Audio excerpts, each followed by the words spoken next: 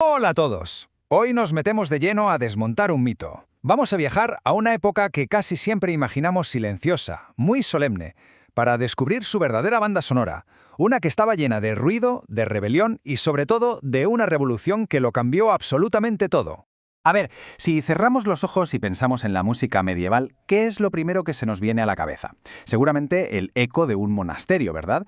Cantos muy solemnes, mucho silencio, esa imagen de paz, de orden y de muchísima devoción.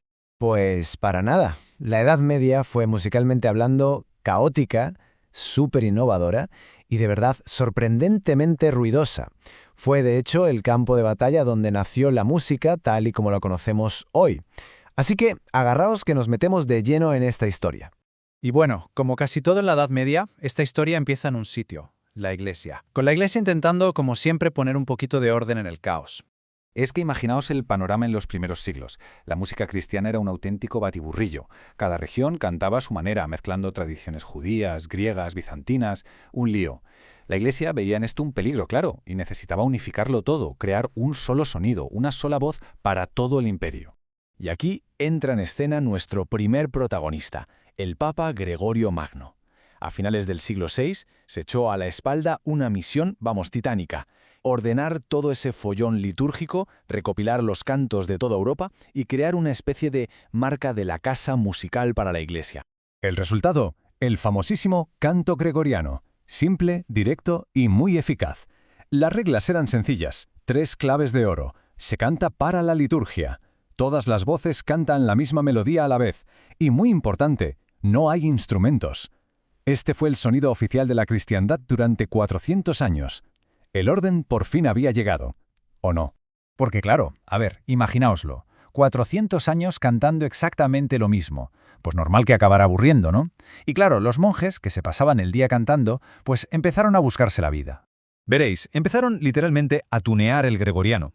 Como un futbolista que se luce con filigranas, ellos adornaban una sola sílaba con un montón de notas. A esto se le llamó melisma. Pero no se quedaron ahí, que va. Empezaron a meter fragmentos enteros inventados por ellos, los tropos. A veces incluso para explicar pasajes del Evangelio en la lengua del pueblo. La rebelión silenciosa, bueno, no tan silenciosa, ya estaba en marcha. Claro, tanto tuneo y tanta invención tenían un problema: la memoria. ¿Cómo narices se acordaban de todo eso? Pues primero inventaron los neumatas, que eran unos garabatos encima del texto, una especie de chuleta para saber si la melodía subía o bajaba. Luego, a alguien se le ocurrió la idea de trazar una línea para tener una nota de referencia.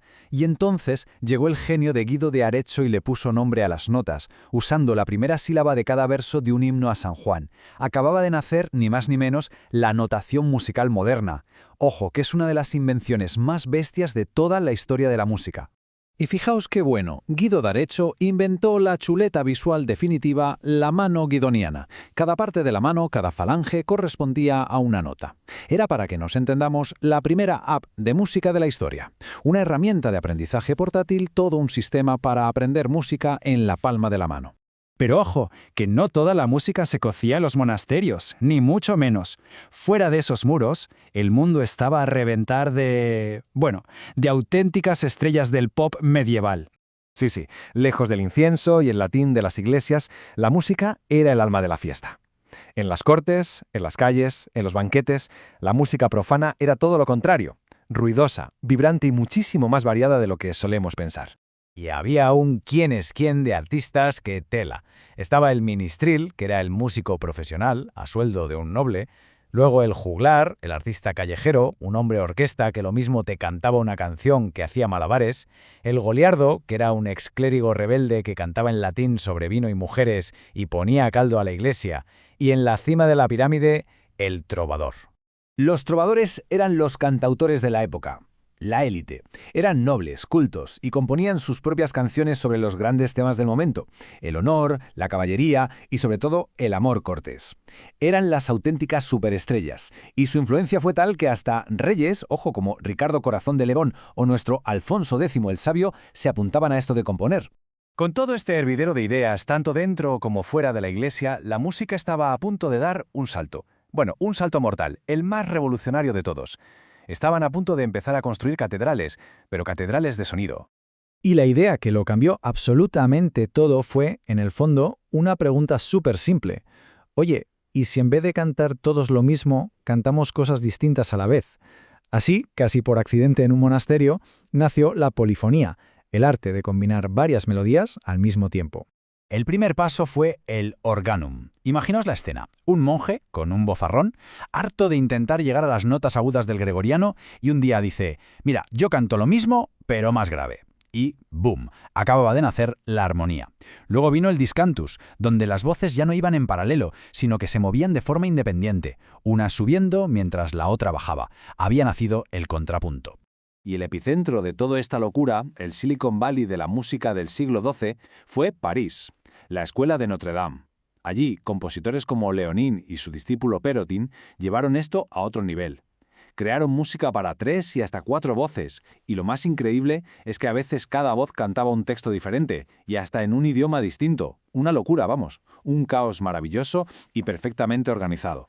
Pero claro, como en toda buena historia, cada revolución tiene su contrarrevolución.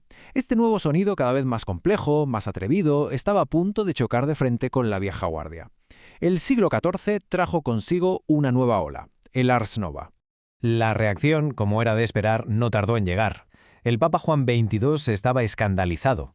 En 1322 llegó a decir que los músicos modernos afeminaban la música, que corrían sin parar y, lo peor de todo, que incitaban a la relajación de costumbres. Vamos, que esto era el rock and roll de la época, y al Papa no le hacía ninguna gracia.